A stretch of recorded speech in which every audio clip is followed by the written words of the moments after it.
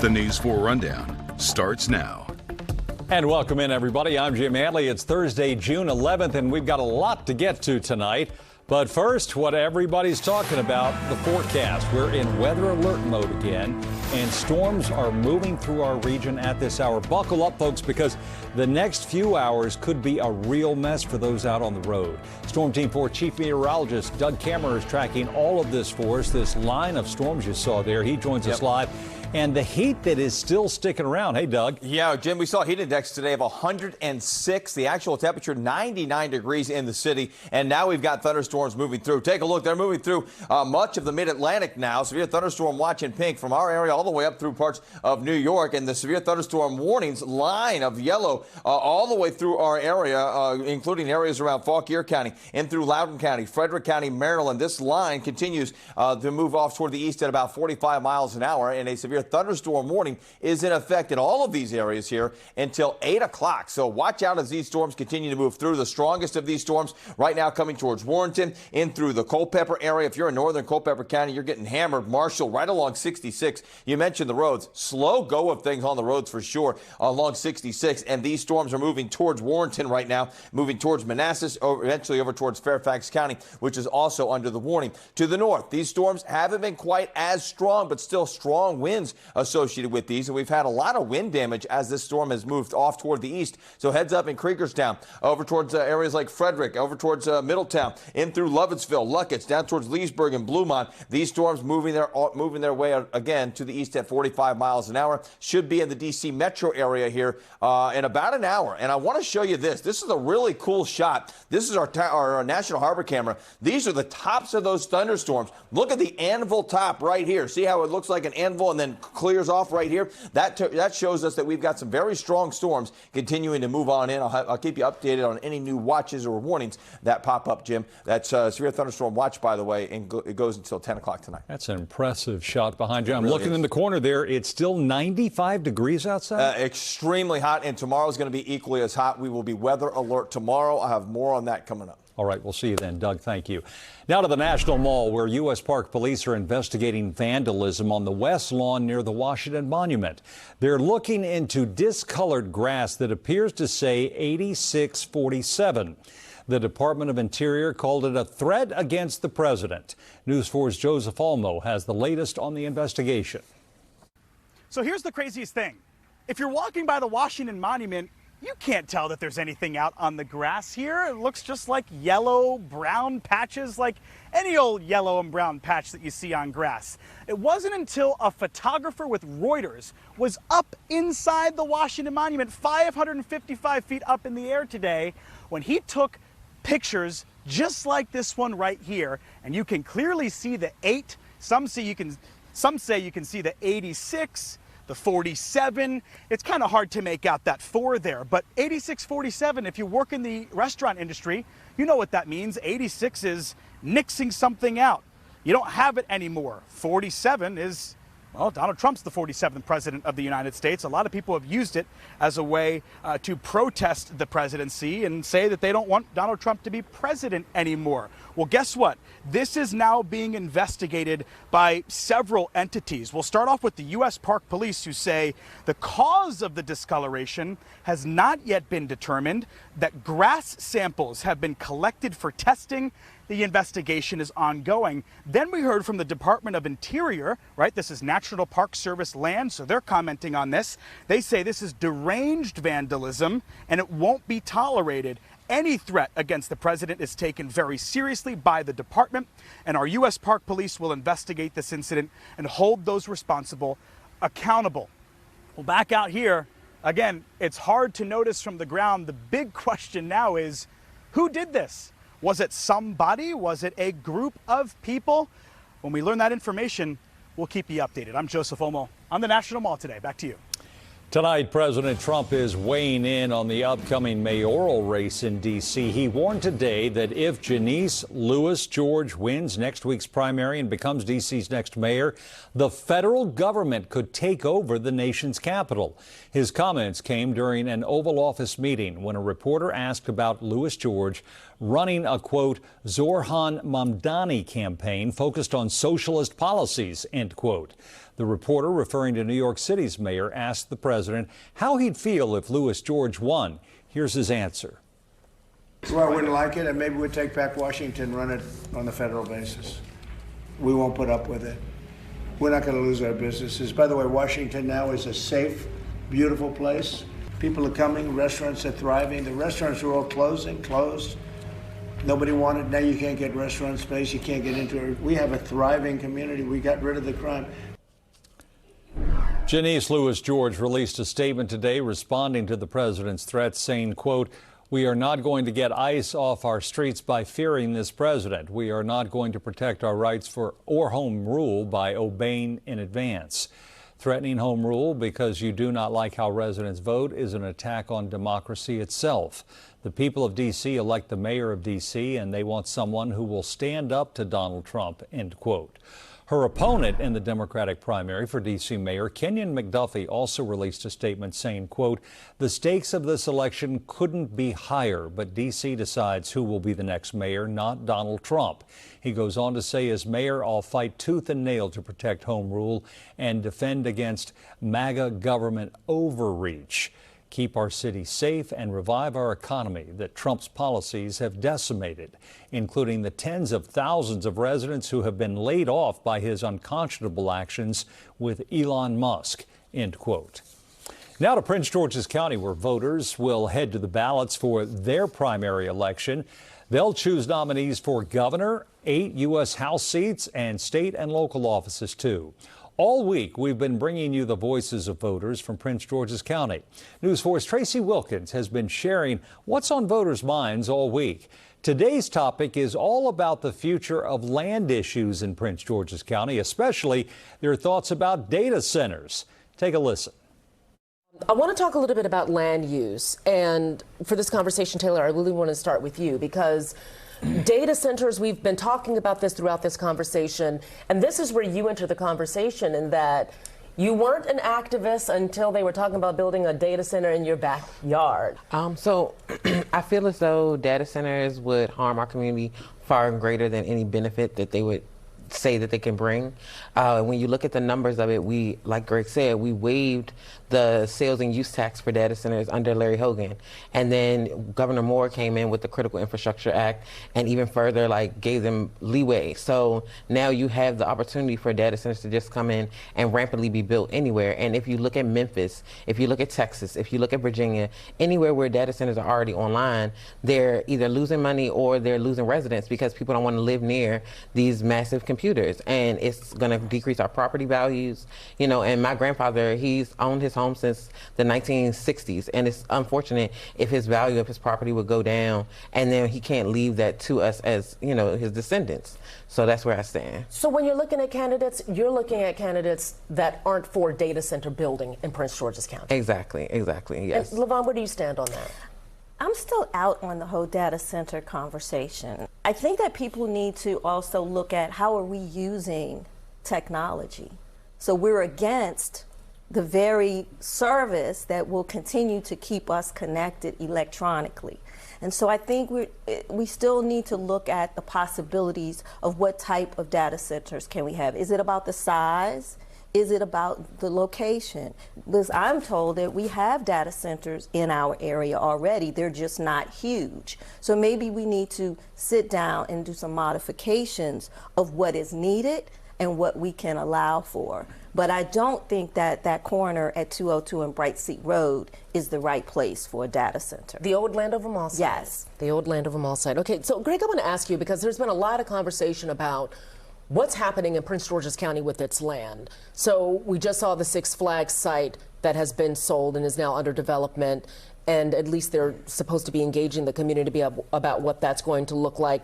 We're not clear on what's going to happen with the future of the FBI. That's caught up in litigation right now, so we don't know if it's going to come to Greenbelt or if it's not. There are questions about the future of Northwest Stadium and what's going to happen there. There's just so much at play right now. How concerned are you about the next county council and this planning department and what's going to happen with land use? Extremely. If you want good decisions, you need to elect good decision makers and hire good decision makers. If you want good decisions, you need good laws, and you need good lawmakers to help make and enforce those laws. And if we continue down this road, including building these hyperscale data centers powered by fossil fuels, we will blow the cap off of any ability to reach clean air goals and to reach the essential climate goals. Early voting in Maryland began today and runs through next Thursday with the primary on the 23rd. Remember, in Maryland, you can register to vote in person with valid proof of address. For tomorrow's panel discussion, we asked what's working in Prince George's County. Hear what the voters have to say on News 4 at 4, 5, and 6. The News 4 Rundown will be right back. Here's a look at what we have coming up. I'm Julie Carey at Mount Vernon, where the brand new $20 million education center just reopened in time for America's 250th. One of its goals to better connect young people with George Washington. Witness George Washington as a teenager. We'll take you inside to see the images and artifacts. And we're taking a look at that severe thunderstorm warning from the Pennsylvania border all the way down towards Culpeper County. This line of severe storms moving through Frederick right now, Leesburg, in through Warrenton, heading off towards the east. Severe thunderstorm warning until 8 o'clock into the district, most likely around 8:30. I'll be tracking this line for you and show you what to expect next. I'll see you back here in just a minute.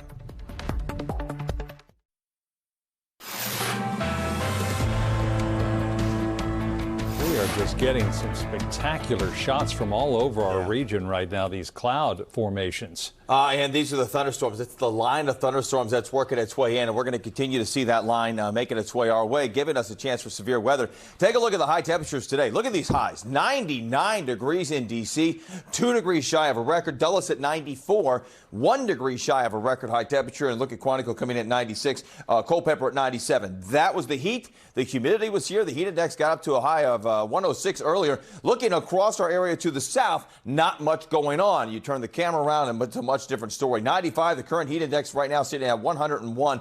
And I want to show you the heat index because it's still so important even as these storms are moving through. 101 D.C., 101 Gaithersburg, and in towards Baltimore. We will see similar numbers and hotter numbers during the day tomorrow. But look back to the west. We are cooling. And we're cooling pretty dramatically by about 20 to 30 degrees, and this is why. Here's the line of thunderstorms. Severe thunderstorm warning from the Pennsylvania border all the way down through Culpeper County. That going until 8 o'clock tonight. You can see that line moving very quickly. This is the last 2 hours, so you can see it was all the way back to the west. So 2 hours from now, it'll be over towards the bay and coming into the D.C. metro area fairly quickly here, right around 8:30. The strongest storm right now, right around Warrenton, up into areas around Gainesville, right along 66. This right here is the strongest part of the storm, more down toward the west into Culpeper County. Culpeper County getting hammered right now. This line of storms moving to the east at about 45 on that track, moving through Gainesville at 742, so right there. 752 Manassas, Clifton at 758. Look at Woodbridge coming in at 811, Quantico at 816, D.C. coming in right around 820, 830 or so, and you folks in Waldorf, if they hold together, around 834. To the north, that line continues to move off toward the east, and now and moving right along 15 here between Emmitsburg and down towards Frederick, right on down towards Leesburg here and around Luckett's, moving over towards Montgomery County. That's severe thunderstorm warning. Same deal going until 8 o'clock. On this track, moving towards Johnsville at around 751. Urbana right now, Mount Airy at 759. Rockville coming in at 808. North Bethesda at 813. And Wheaton at around 818. So working its way through fairly quickly tonight. And you can see this line goes all the way up to the north and towards parts of New York. Now, behind this, we're going to see temperatures. They're not going to rebound, or they're not going to stop all that much. Watch what happens here. We see the storms coming through. Now watch tomorrow morning. We see those temperatures drop into the 70s, but again, a very warm start to the day tomorrow. And then during the afternoon, we see the heat right back in, mid to upper 90s. I'm going 96. This computer model going 98 degrees. And take a look at the storm starting much earlier in the day, 2, 3, 4 o'clock, and then really developing and moving through the city around 5, 6 o'clock tonight. So we'll be tracking that for you, too. And I want to go to Tim, I want you to take the the resting camera in a second. But take a look at the 10-day forecast. 96 tomorrow, weather alert day tomorrow again because of the heat, humidity, and storms. Much nicer on Saturday, high of 88 there with low humidity. Sunday, a high of 92 degrees. And then look at next week. Couple of chances of storms. Now, Tuesday, most of us are dry with a high of 79. So that's looking pretty good out there. 79 degrees, not bad at all. And then next week, getting back into the 80s. Jim, take a look at this shot right now. This is our Reston storm camera. Oh, whoa. Yeah, look at that right there. That is the rain coming down off in the distance. That line of storms moving closer and closer to Fairfax County right now, but hitting middle portions of Loudoun County even as we speak. You can see that nice little shelf cloud there, too, as it works its way on in. That's impressive. It really is. It really is. And they'll be through the whole area, most likely out of the whole area by around 9:30 or so, and then we can let our guard down. All right, we'll see you at 11. Yep. Doug, thanks so much. Well, you may want to consider taking Metro if you're in downtown D.C. over the next few days. Right now, parking restrictions are in place for the UFC fight on the White House grounds on Sunday. And later tonight at 10, D.C. police will begin extensive road closures. Memorial Bridge will be temporarily closed tomorrow night. And some of the closures will remain in place through Monday. Cameras were allowed to get an up-close look at the octagon on the White House South Lawn this morning. Crews are making the finishing touches. The event is part of the 250th anniversary of America's independence. The main attraction will be the 7 mixed martial arts matches on Sunday, which is also the president's 80th birthday.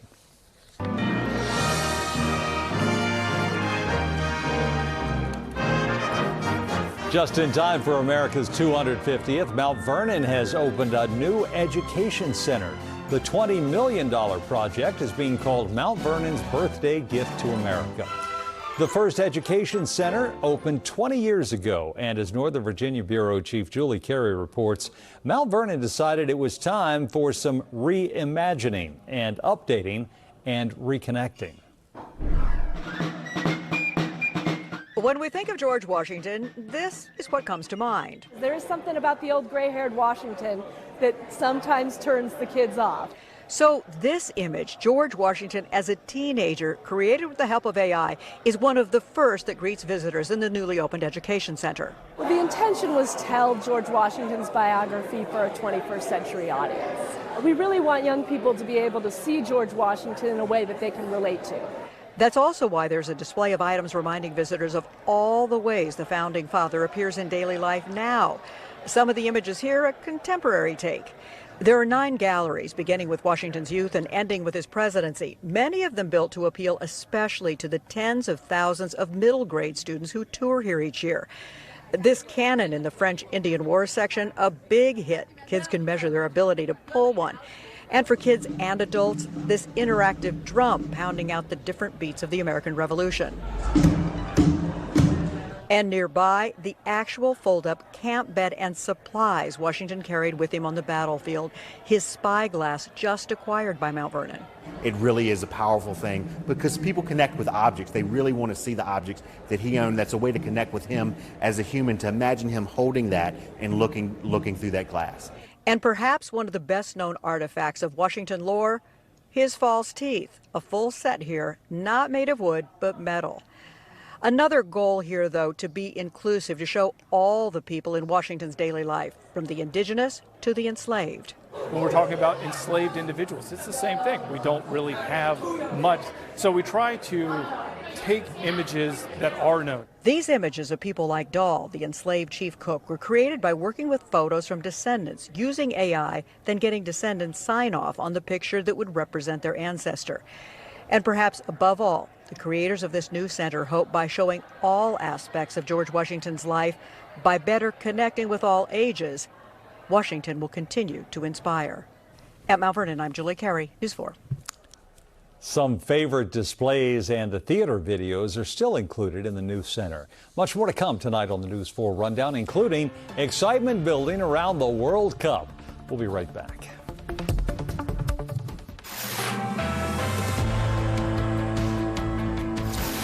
And weather alert right now, tracking a storm system. You can see it right here from our resting camera. Look at the dark clouds coming in towards the resting camera. The camera starting to shake here. And I want to show you where these storms are. Severe thunderstorm warning continues until 8 o'clock, but I got a brand new severe thunderstorm warning for this part of the storm right here. This is right along 66, moving from Prince William County through southern Loudoun County in towards Fairfax County. This area right here has very strong winds. You can see a little bowing action here. What do I mean by that? You can take a look at this and it kind of looks like a bow, so I can pull the bow back right there. That's where the winds are kicking through the most. So in towards areas like Chantilly, right around Sudley, right around Chantilly, in towards Centerville and Clifton, right toward the city of Fairfax. We've seen winds now being reported of 70 miles per hour with this. This is what's called a considerable thunderstorm, and it will have the potential to put down some very strong winds and, again, some downed trees in this area, too. This includes the areas just to the north of Gainesville. So if you're north and along 66 in Fairfax County, watch out. This whole line continues to work its way on through. I'll continue to keep you posted. Any storms that develop throughout the 8 o'clock hour, 9 o'clock hour, check me out on Twitter and Facebook, and, of course, I'll be scrolling at the bottom of your screen. All right, busy night for you. Doug, thanks so much. Let's take you down to Mexico City now. As fans continue the World Cup celebrations this evening, NBC's Makalo Medina joins us now live from the big tournament. Makalo, first game is already in the books. What's the mood there tonight? People still celebrating, I'm sure. Yeah, Jim, it is a fiesta here in the Zocalo in Mexico City. Mexican Americans and Mexican fans certainly excited that Mexico won the first match of the World Cup 2-0 against South Africa. And fans here, despite the rainpour we just had, are back out celebrating, dancing, listening to all of this music, and certainly excited for what's ahead in the World Cup. Mexico! Mexico! Mexico! U.S.-based fans of Team Mexico are bringing their big Texas energy to Mexico City for the first match. I heard Mexico has a 1% chance to win the cup. So you're telling me we have a chance? I'm down for that. When it comes to soccer, when it comes to football, I'm all about la selección nacional all the time. Maury Vasquez and his family and friends made the trip from San Antonio to be part of the opening celebration. I think the vibe's great, and we came over here just for this, just to be the vibe here. Obviously, we could have stayed in the U.S., but we knew the vibe was going to be better here in Mexico, way better here. But we came down here just to experience the energy and the excitement and to be here for the opening days of the World Cup. Mexican-American Andres Burbank traveled from Maine and says this World Cup feels personal. He's proud to support Mexico and proud to see Mexican-American players like Obed Vargas, who grew up in Alaska, and Brian Gutierrez, who grew up near Chicago, wearing the Mexican national team jersey on the world's biggest stage. And so it's very cool to see Brian Gutierrez and Obed Vargas, who grew up American, but in Mexican families, grew up probably supporting La Selección to choose Mexico and then to represent them at such a high level. So it's very cool for me seeing that represented on the national team. For many fans here, that's what makes this World Cup special. It's not just about the opening match. It's about family roots, national pride, and seeing their stories reflected on the pitch. As the game is underway, one thing is clear: Mexico City is ready for the world. Mexico! Mexico! A lot of national pride and a lot of those chants here in Mexico City right now. The party will likely go on well into the night. In Mexico City, I'm Makalo Medina. Jim, back to you. You know it's so exciting. Makalo, thanks so much. And don't forget, as the competition continues, you can catch every moment of the World Cup live in Spanish on Telemundo and Peacock. Before we go, we want to let you know about a severe thunderstorm warning for the D.C. metro area. That's until 8:30 this evening. Doug will be tracking this all for us tonight. He'll join us again for News 4 at 11. Until then, be safe out there, everybody.